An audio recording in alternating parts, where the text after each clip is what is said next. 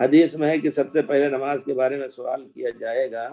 اگر فرض نماز میں کمی ہو تو نوافل سے برابر کیا جائے گا۔ اس کا مفہوم بتائیں، اگر کوئی فرض نماز ترک کر دیتا، اس کا مفہوم یہی ہے کہ فرض نماز آپ کھڑے ہوئے پورے توجہ کے ساتھ، خشوع خضوع کے ساتھ آپ کو اس کو پڑھنی ہے، لیکن آپ کا دل ادھر ادھر پھر گیا، چاروں طرف گھومنے لگے، کمی آ گئی، اس میں کوئی شک نہیں، تو نوافل سے یہ کمی پوری کی جائے گی، نہ کہ صلاۃ کو چھوڑ کر کے آدمی زندگی بھر اگر وہ نماز پڑھ رہا ہے نفل اور دو چار یا ایک ہی صلاۃ جان بوجھ کر کے چھوڑے ہے، اور وہ جانتا ہے کہ ہم نے چھوڑی ہے یہ صلاۃ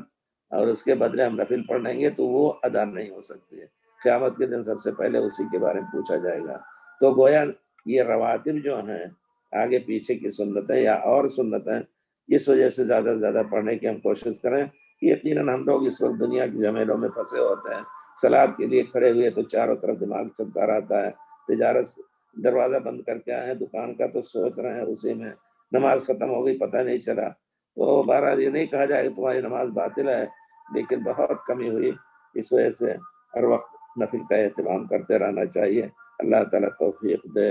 کہ ہم اللہ کے دین کو سمجھ کر اس کو پورے طور پر، بڑی خوشی ہوتی ہے اس قسم کے سوالات سے جو نوجوان پوچھتے ہیں اور اس کا اہتمام کرتے ہیں۔ السلام علیکم ورحمۃ اللہ وبرکاتہ۔